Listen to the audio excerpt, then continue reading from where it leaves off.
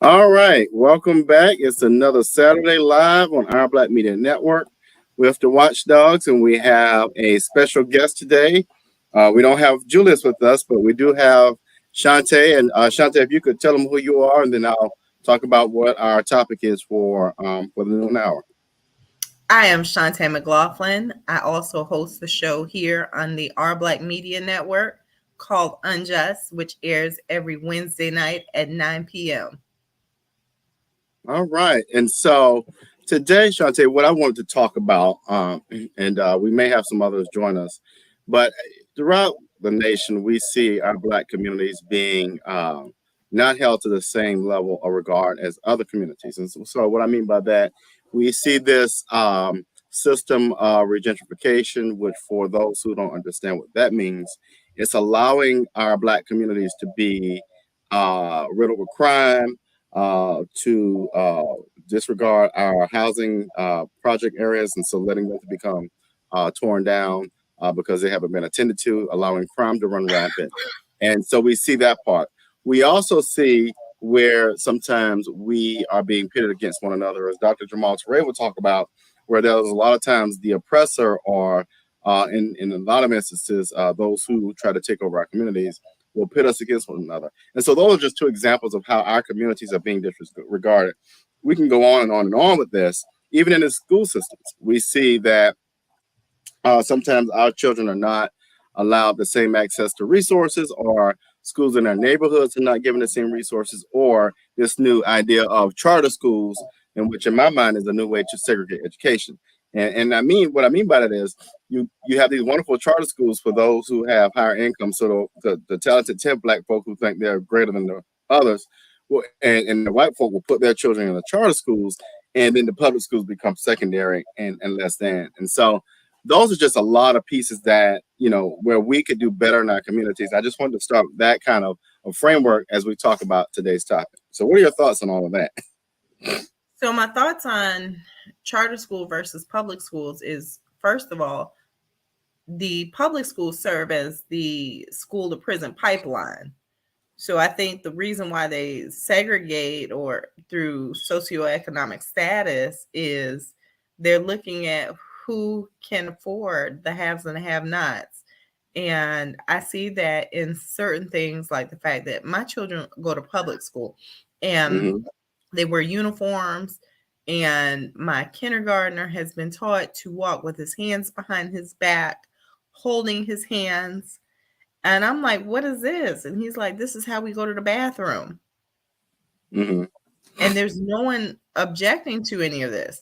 And when it comes to certain other conversations, such as gentrification, one thing that people don't look at is when you start having Caucasian people of European descent move into the neighborhood, it impacts the property value. For whatever reason, in a Caucasian neighborhood, the property value is usually higher than a Black neighborhood. So, in saying that, the schools get their funding from property taxes. So when the houses are taxed more than, or if people are paying, homeowners pay more into property taxes, that money is what they also utilize for the schools. And the prisons and jails, the county jails, is how they fund the schools, the building itself.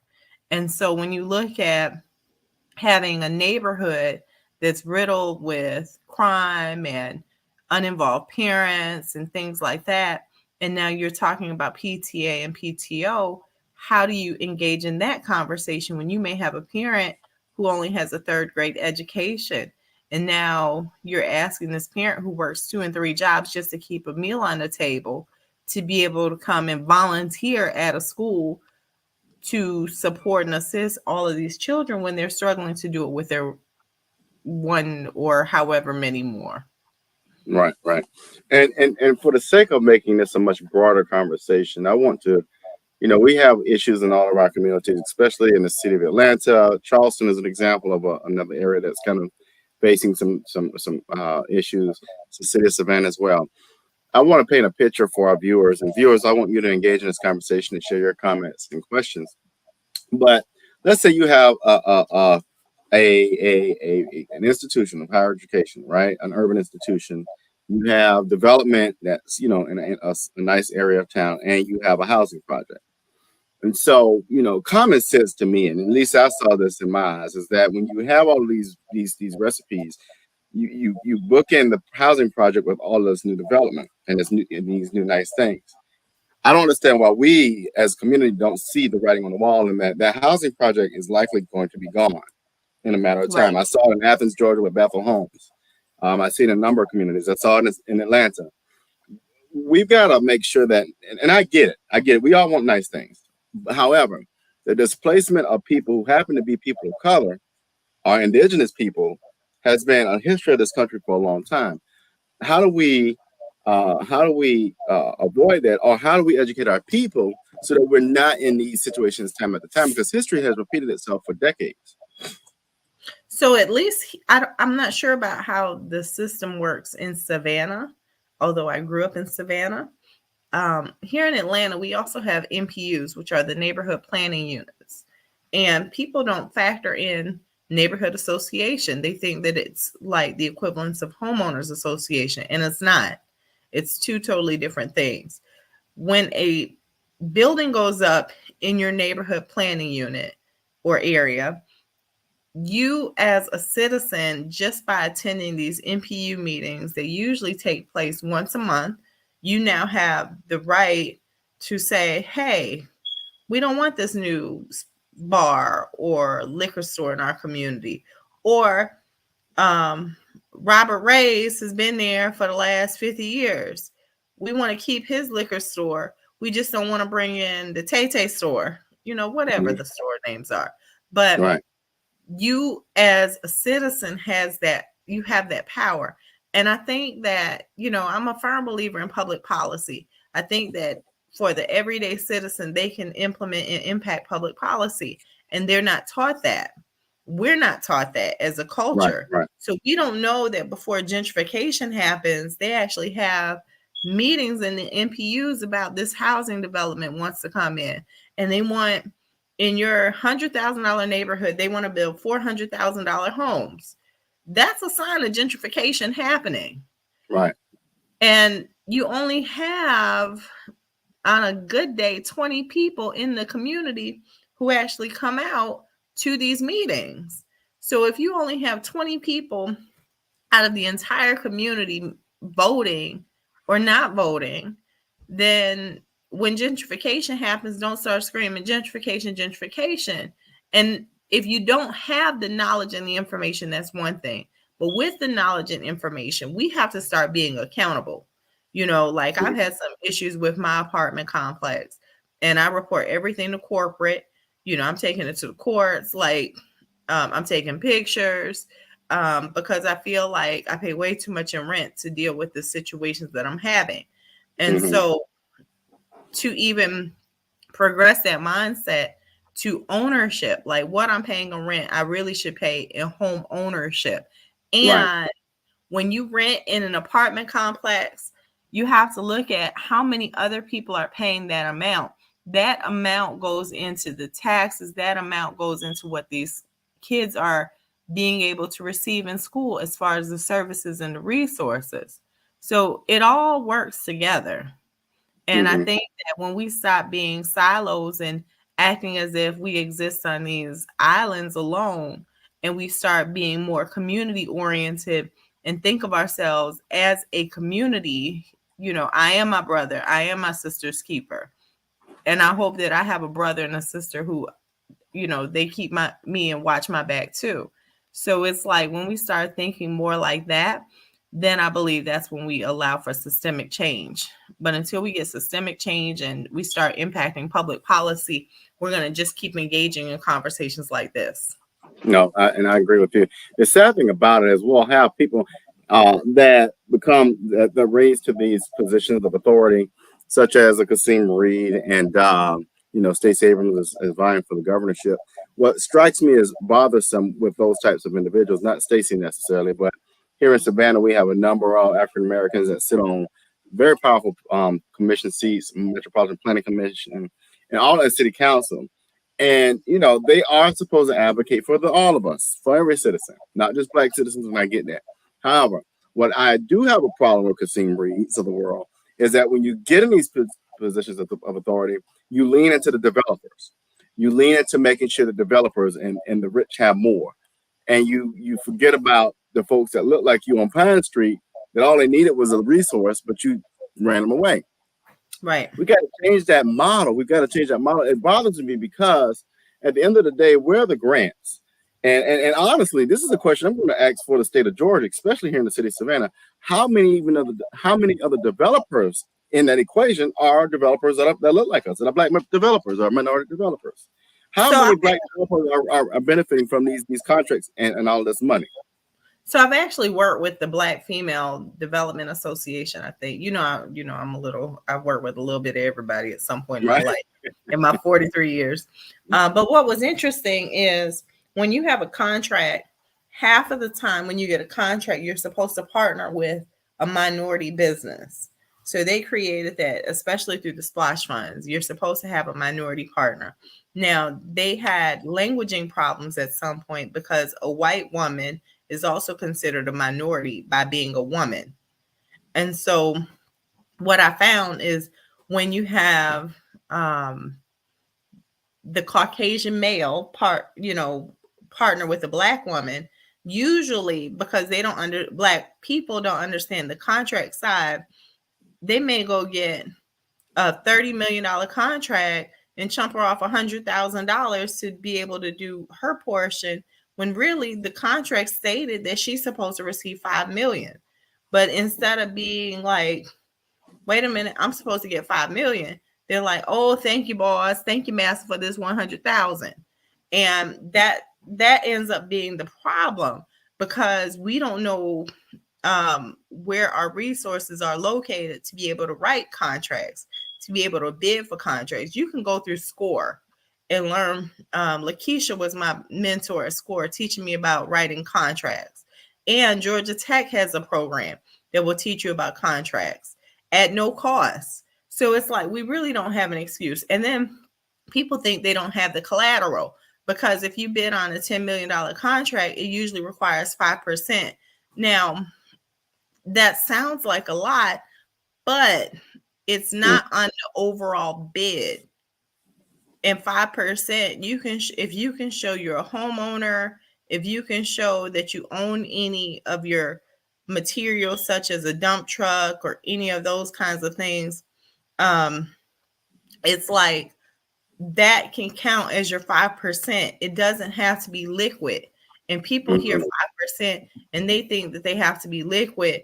What's that? 5% of 10 million, 5% of a million is what?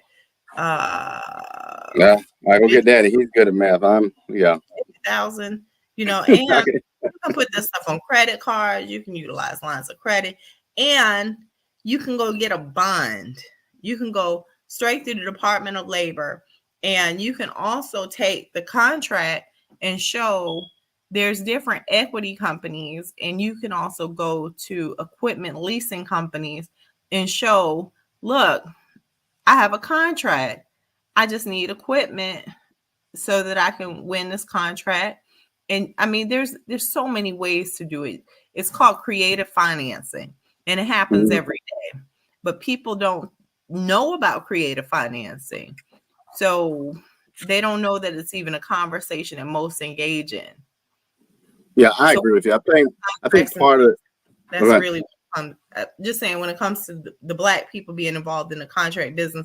And then let me just say this piece. I think the other part is we have business mistaken.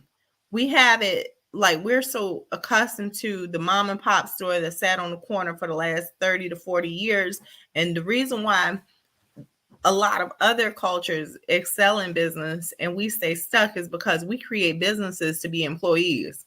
We don't create businesses to be able to tour the world, to travel, to have a laptop, not even laptop lifestyle, just to have a free lifestyle where we just check in and check out.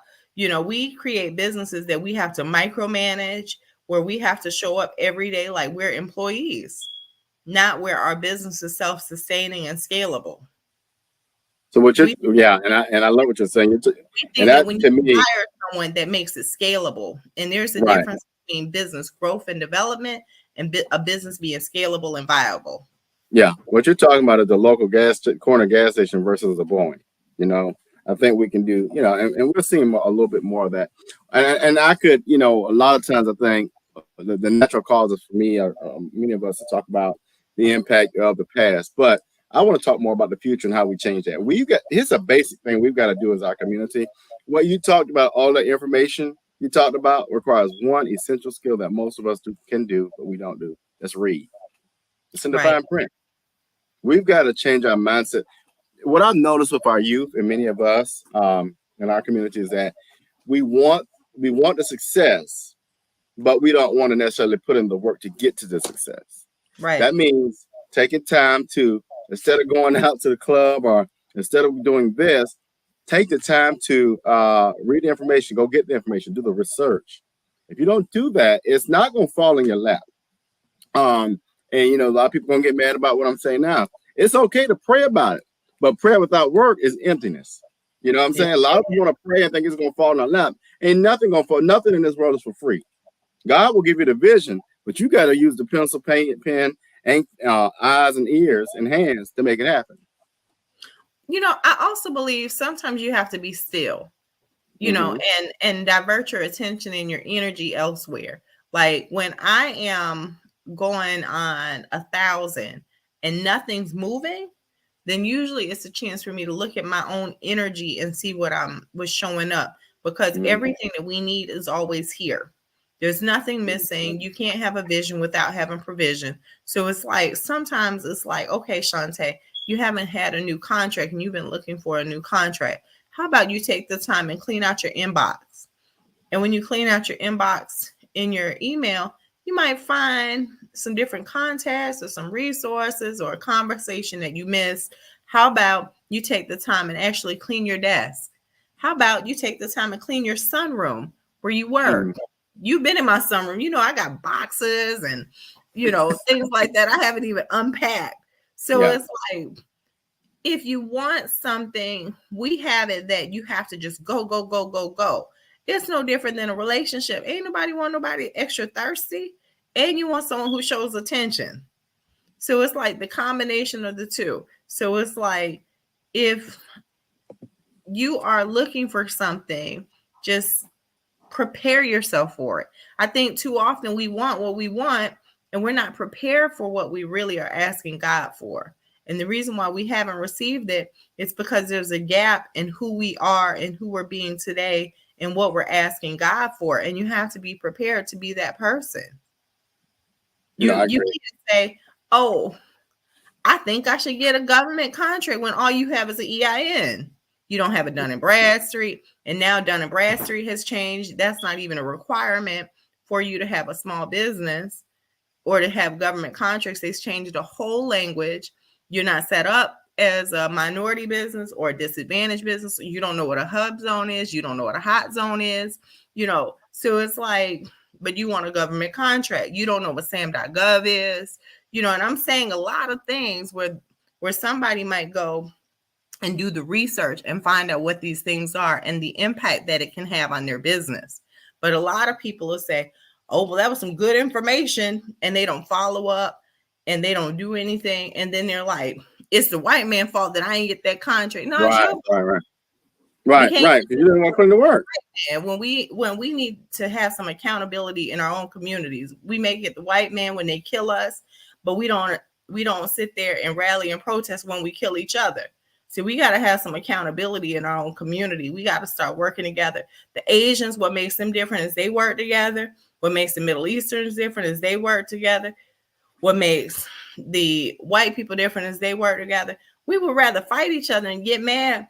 Well, he had on glasses and I ain't have on glasses, so I ain't want to work with him. So what? Get over yourself. Get over your foolish pride. Get over your all of it. Well, and I agree. And I think there's but you know what? And what you're talking about too is a value added values and standard within a culture that I think is missing in in my opinion, is missing in the Black culture. One of the things I talk about often, I have before, is the idea of Christianity and how Christianity has crippled our culture. And the reality and disreality of that whole thing. I'm not going to go there, so folks don't have to get pissed off. But I'll say I'll this much. go there. Hold on. Okay. But I had a chance, and this is a shout out to people. I had a chance as a part of an experience many years ago as a diplomat for the United States. I visited two Muslim majority countries, Sarajevo and Kuala Lumpur. And those are Muslim majority countries. And the one thing I will say about Islam is this: nothing occurs without consulting the Quran. That is a very culturalistic way of thinking versus a very individualistic way of thinking, right? And so I wonder if we had a certain value, and I'm not saying we need to be Islam. I myself am Catholic. What I'm saying is how that has shown up and hurt our community, and where do we find this shared set of values? So it's interesting because when you said I myself as Catholic, I made faces. And then I remember this preacher the other day. I was at their house and I said, I was raised Pentecostal. And they're like, you Pentecostal? I said, yeah, me with my cleavage out, Pentecostal and everything. You got the little shirt to put over yourself. Yep. You got to put the prayer cloth over you before you pass out with the Holy Ghost. Right. Yep. So, I think that you just raised a valid point. But the other point is so often we hide behind religion. So whether we are exploring the Muslim faith, the Buddhist faith, the Tao, Christianity, whatever you choose to believe, I always stand by your religion is what you believe in. And even atheists believe. That is my thought. And so it's like, do we make the Wiccas wrong when we know that trees and nature have healing properties? Do we make Tao wrong when I've been to the Tao temples and experienced the Tao, and it was the most beautiful thing that I've ever experienced in my life? Do we make the Buddhists wrong? Like, we spend so much time in morality that we forget how often we're judging.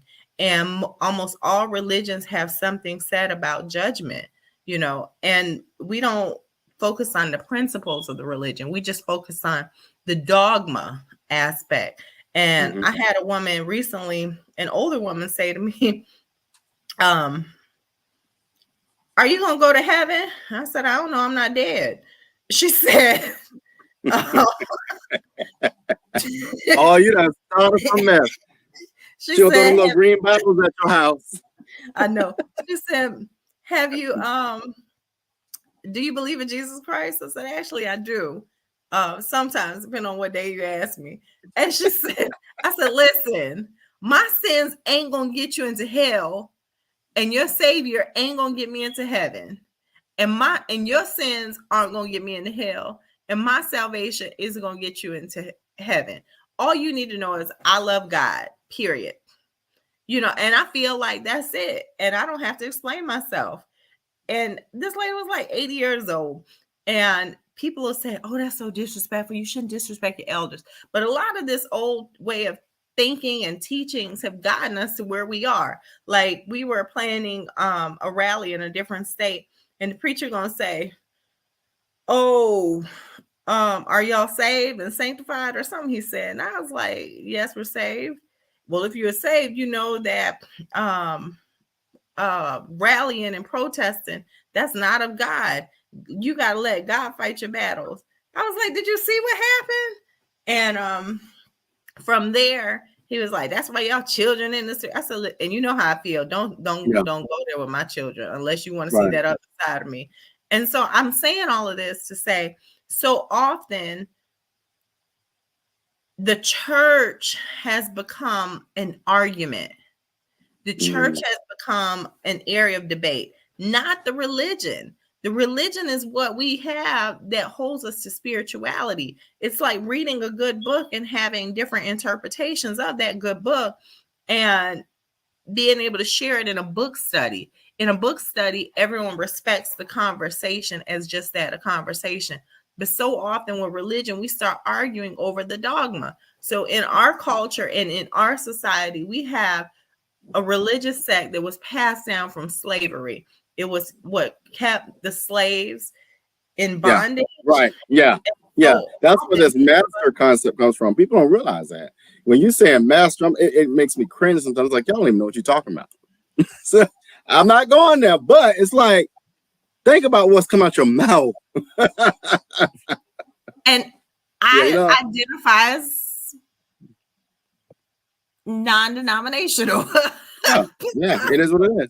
And if I could, what you talked about goes back to when Dr. King was advocating. I hate the word fighting. When he was advocating and how the other preachers were like, "No, Martin, be quiet." What if Martin had been quiet? Where would we be today? But also, let's add this: you had Malcolm, who was of the Nation of Islam, and you had Martin. Both were very, in a way, nonviolent, but you had both and. What I think sometimes is we don't, as a culture, want to look at the both and. We want to be right, wrong. Right. And we are taught that being direct is aggressive behavior, because Malcolm X took a very confrontational, direct approach to all of it. Mm-hmm. Like, by any means necessary. We don't have to tolerate this. This is what we want. This is what we don't want. Martin Luther King took a passive aggressive approach. We're gonna pray, we're gonna sit, and we are gonna demonstrate, and we're gonna protest, and we're gonna walk. And I'm not saying either approach was bad or wrong or right or wrong, because we're where we are. But I do believe that it's wrong in the world of morality that here it is, it's 2022, and we are still sitting and rallying and taking peaceful approaches. But the only demonstrations that actually got attention was when George Floyd had a knee on his throat, which was the white man saying to us, by any means necessary. And when they were in Atlanta and they flipped over those police cars. And so that was more of a Malcolm X approach. Me, myself, with my 20-year terroristic dead docketed charge, I believe in the Malcolm X approach. I think both and. I really do. I think sometimes, and what bothers me is, well, it doesn't bother me, people just need but to be punched you can't, folk, and this is a big cultural thing that I want our communities to hear. You can't keep pushing somebody in a corner and think they're gonna be all nice and fluffy with you. They're gonna flip your car, and you gotta understand that. So what I'm saying is, for 400 plus years, you want to oppress the culture, and now they want to jump up on you. What you surprised about? Honestly, the one thing I will say is this: the only thing I dislike for our communities is when they go tear up their own neighborhoods. Go tear up the city hall. Now I ain't telling you that. Why? I'm saying that if you gonna react, hold on, let me clarify. Okay. If you gonna go act the fool on somebody, go act the fool on the oppressor. Now I ain't telling you to do nothing bad, but if that's what you feel in your spirit, then don't tear up your own stuff. If you make me mad, I ain't gonna tear up my car and tear you up. Well, here's the deal about that, though. Half of the time, these houses, unless you're in your granny's house, it's still owned by the bank, and the bank owners don't look like us. And then these buildings that's in our neighborhoods, they have insurance, and guess what? They're usually people who don't look like us. Well, they might look a little similar to us, especially you, Robert, but they don't usually look like us. Yeah, you're just gonna stop this. You're just gonna get a little Drake on T-butt over there. Now, but this is the thing.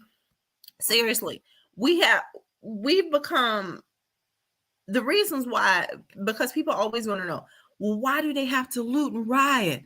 You didn't care about the Black Lives Matter movement until you saw the looting and rioting. Right. You didn't care about the civil rights movement with Dr. King. Everybody knows, if you've ever watched any of the historic videos, until the white preachers came from the North and started getting assaulted and beaten live on TV, that's when white America started caring about the movement. So we're here in 2022 in a movement all over the nation, all over the world.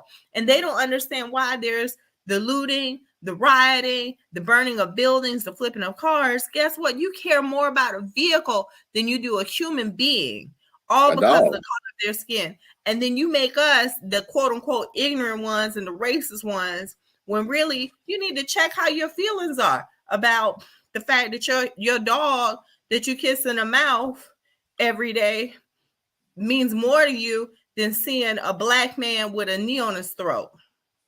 let me bring this up. I know we're random, y'all, somewhat, but this is what gets me too in our community. We allow the system, all systems, and there are multiple systems to just denigrate us. We talked about this stuff, and it makes me so angry. So when it comes to drug use, drug is drug, and we have been programmed to believe that this drug is bad, but this drug, because it makes you feel good, is really good. So what I mean by that, why are many of our black males today and black sisters and whoever sitting in jail over marijuana, cocaine, whatever charges? At the end of the day, my thought is this: stop prosecuting people for nonviolent crimes. So if you want to go out there and get geeked up, as long as you ain't hurt nobody, go kill yourself. That ain't got to do with us. But yet you will let a white man go sell out opioids and more dangerous drugs and give those out and kill people, but that's okay. It's a lesser sentence. You'll let people sit there and take some of those alternatives to heroin so that they can actually go through what's it called? Rehab, so that they don't experience extreme withdrawals. Now, pull up on one of us and let some of those drugs be found in our bloodstream. We're going to prison. We're going to prison for DUIs. We're going to prison for if we get caught with it on us, we're going to prison for having trafficking if you're on a highway, the right to intent to distribute, for possession. They charging us with everything. Now, let somebody that don't look like us have some of these drugs on them or in their bloodstream. So, the laws are not for us. Prisons were designed for us, but the laws were not. I'm getting my master's degree at Morehouse School of Medicine and master's in administrative justice involved care. And I only say that because one of my books is in front of me, and it's actually called Public Health Behind Bars. And in the book, some of the conversations, one of my assignments this week was to look at chronic and acute illnesses and the impact of the prison system on people being able to receive treatment. So you mean to tell me that I'm strung out on coke or crack and I go to prison when 33% of people who are incarcerated live with a mental health diagnosis, and drug addiction is classified under mental health? So we're expecting a system that was only designed to house us. Yep. For free labor. Profit off of it. Well, this is the part that I didn't realize. Do you know that when you're incarcerated in one of those prisons that actually does offer work, one, you have to apply to those jobs. You're not just assigned to a detail. You have to apply and get selected. And if you have a health ailment, there is copay required. So you're making 10 cents, but you're required to pay $25 in copay.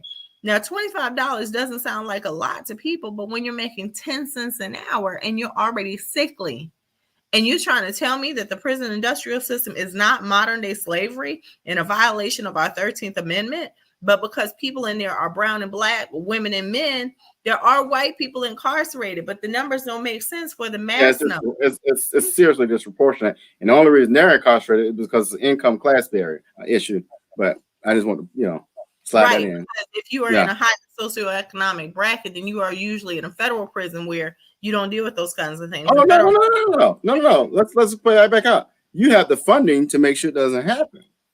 Well, and if it does happen and you end up in a federal prison, you can control the food. You can actually, I know people who have been in federal prison who have said, oh, when you get the rich people in prison with you, they just buy food for all of the inmates. So you're able to have bananas and papaya and pineapple and things like this, things that you normally wouldn't have because they have the funding to just go ahead and have them cook whatever they choose to eat. So it's like having their personal chefs, but in prison.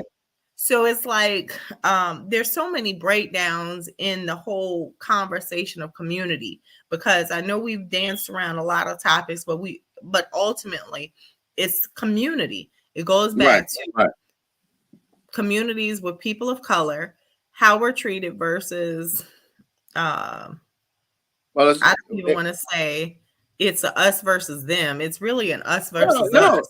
It's us needing to basically value our communities, our children, our way of being, and I believe that comes with a shared set of values, right? One of the things that popped in my head, I'm always looking at ways that what is the theme across all of this, and it comes to cultural pollution. It's like environmental pollution. You know, with all of these different gases and fumes going into the air, we have an environment that now is polluted that we breathe in, right? We now have a cultural pollution issue, and that we've got to, as a community, culture, come together collectively to realize how do we get these bad toxins, these demons, these evil things, these bad practices out of our culture. And what I mean by that is we got to put people in office, for example, to push back on these laws and these archaic way of beings. We got to put people in these churches who value the upliftment of our culture and not the filling of their pocket. We've got to put people in community organizing spaces so that we save our Yammer Crawls and our Bethel homes and not sell them to the master. That's what I mean. We got to start filtering out and fixing this cultural pollution. I agree. I agree. And even in saving the Yamacraws, everyone knows if you've ever been to Savannah, Yamacraw has never been known for having the best reputation. However, it is a building structure that can be revitalized and repurposed. They can add in a community center and keep the cost of living exactly where it's at, because they have all of these jails and prisons where they leverage the funds to be able to provide funding for new libraries, to be able to do the infrastructure development of the same project, for better choice of words. So why is it that they wouldn't just regentrify Yamacraw? It's just remodeling.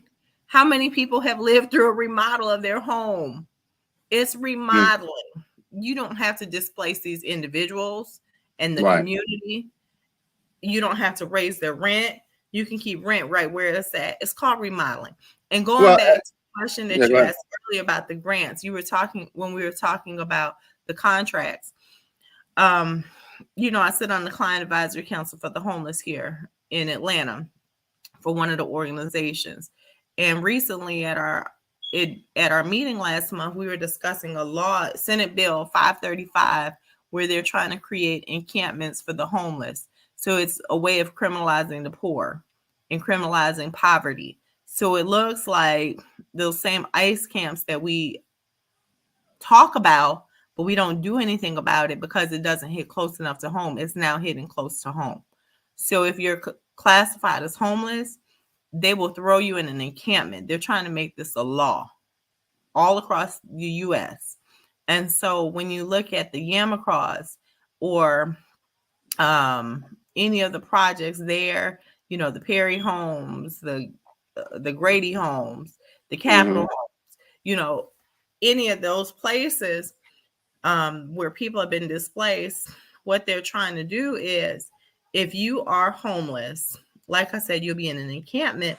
But if they're going to be building affordable housing in the same area, if it's supposedly affordable housing, why would you have to leave? What's the need for gentrification if it's quote unquote affordable housing? And if it's affordable housing, then why is it that we can't have equity in wages? Not equality, not livable wages, equity in wages.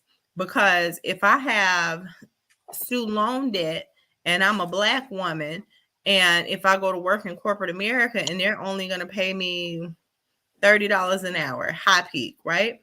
But then you have a Black male who's probably only going to get paid $20 an hour, because if you do the data, if you pull up data and statistics, the Black male is the most underpaid class in America. So if we're arguing and advocating for us to have livable wages, define livable wages. We need equity in wages.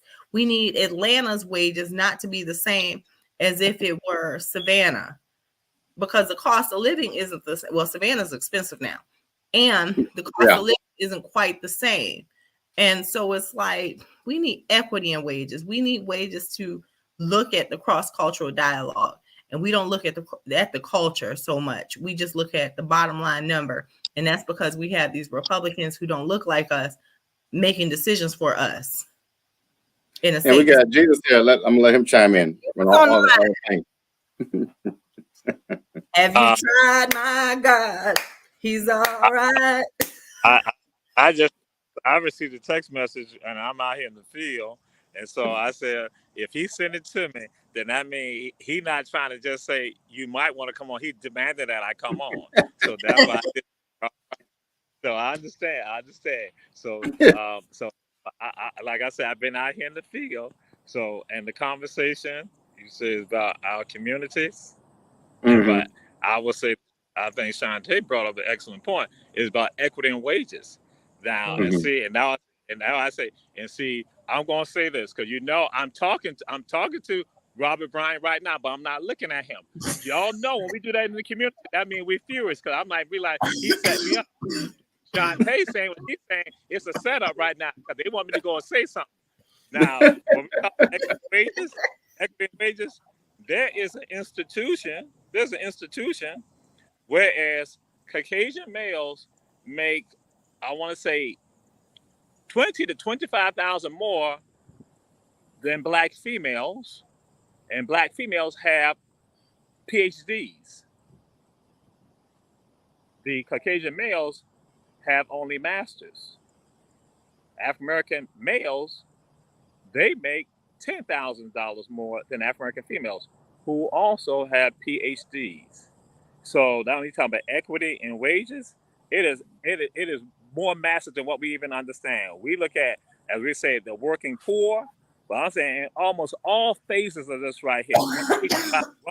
When do we come about and talk about equity with regards to us? Because again, it is absolutely unfair, and it's happening. And I tell folks we have to speak out on all this right here. So when I heard it, I said Robert Bryant set me up. Because see, I got to speak on that and put that out there. Because again, how can this woman, this sister, make 20 to 25,000 less than a Caucasian male who don't even have the same qualifications, have lesser qualifications than her?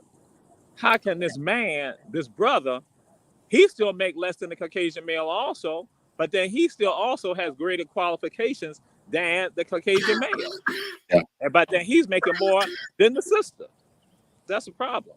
And we need to be vocal. That's what I said. And the people who we let, are we allowed to get in office? Sometimes we allow them to get in office when we don't go and vote. We don't stand up Right. and speak out. We allow them to get in office. And then so they're able to push their madness.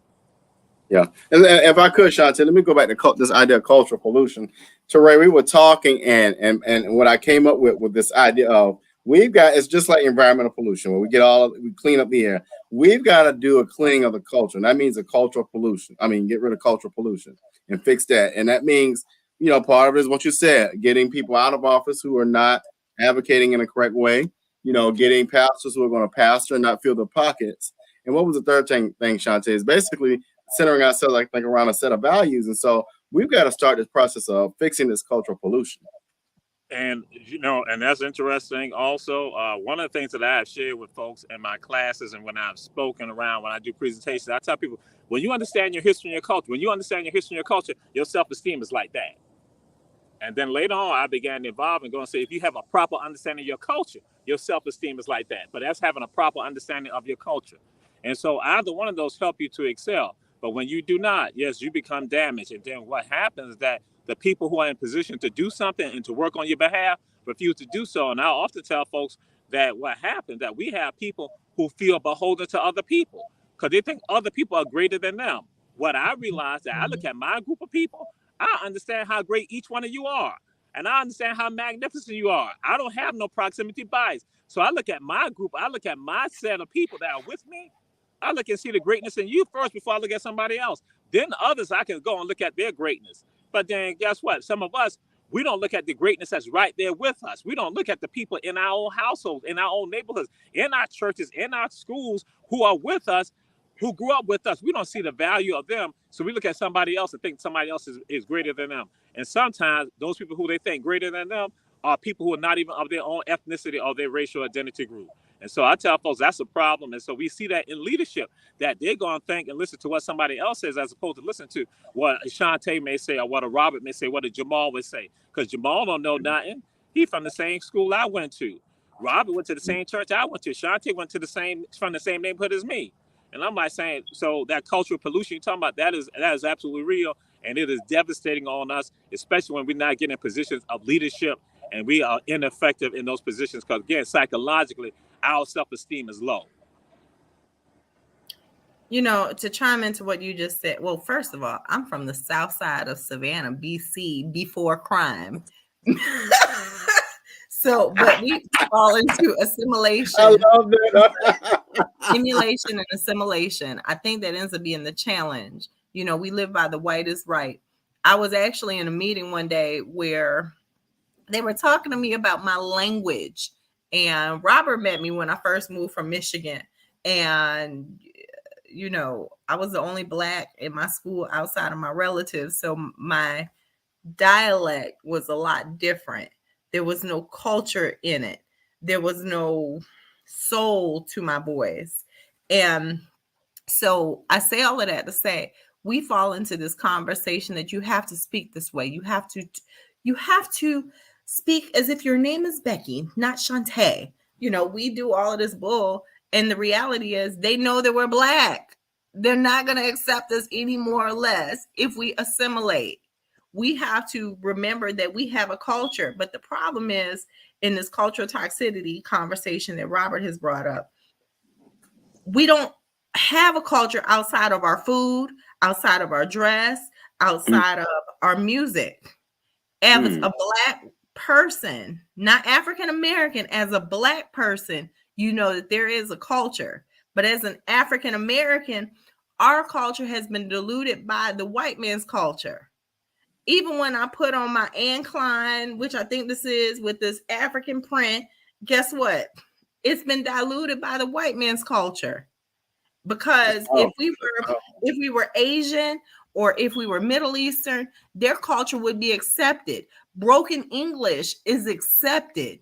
But because we're Black, it's called Ebonics, it's called being uneducated. You know, I can have a PhD and say ain't, or say, let me call somebody a mofo. You know, but in our culture, that is us not showing that we're educated. I don't have to show my education. Like, why do we have this thought process that the only way that we're woke is to act as if we're white? Anything else is us not understanding our true greatness or stepping into that. And really, we're just practicing servitude. We're serving a master who don't even respect us for being Black or brown. I have to say brown because my grandmother's Puerto Rican and Black. So it's like, for me to, and I got some white in me. And for me to deny any part of who I am is to deny myself. And we have to accept our culture as Black people, not as African American. Well, it's powerful you said that. I have a friend of mine. Go ahead, Tori. I was going to say now, what I teach, and I let people say, African culture is with us. Everything that you all do is tied to African culture. Something as simple as, I tell people this, you can see Africa around you all the time. And this is where I get on people from the continent. See, people from the continent sometimes think that Black folks here, African Americans, know that this stuff comes from Africa. I said, no, they don't know that because they taught. And see, that's what has happened. Now, when we talk about cultural competency and cultural toxicity, that's what this is all about. When I say somebody feels that somebody else is beholden, see, my scholars from third grade on up, because I tell folks this, I say, I have third graders who know more about history and culture than the so-called experts. They know more than their teachers and their parents, and they spit it out. Just like culture and history, just like I tell folks, guess what? When you go down on River Street and you go and see what those 5 young Black men did, it's based on culture. That nobody else did it. When their parents heard the same thing, grandparents heard the same thing, leaders heard the same thing. So something called a porch comes from Africa. Porches come from Africa. But how many of us know that? And what is the purpose of what's the purpose of a porch? Fellowship and communalism. I have folks who came with me, who do my journeys, who come from Chicago. When they see me do a presentation, they say, Jamal, you know what? In our subdivision, on some of our houses, we got porches on some of our houses. And we got these people who just moved up from the South. And they sit on the porch and they say, these are Black folks saying this. And we were laughing at them that they sit on the porch. And they say, guess what we're going to do? We're going to go back home now and sit on our porches too. I said, that goes back to Africa. And then I have somebody in my class who's from Nigeria. He says, oh, he's right. Because in our community, And when they had to discuss some things, they sit underneath the veranda, the porch. So that's something right there. Then with culture and history, even I shared something in my classes this week on Hilton Head Island that they would do something. And some of y'all might not realize this. Some of your relatives, when they have these odd names or these funny nicknames, you ain't understanding what that is tied to. That's tied to African tradition.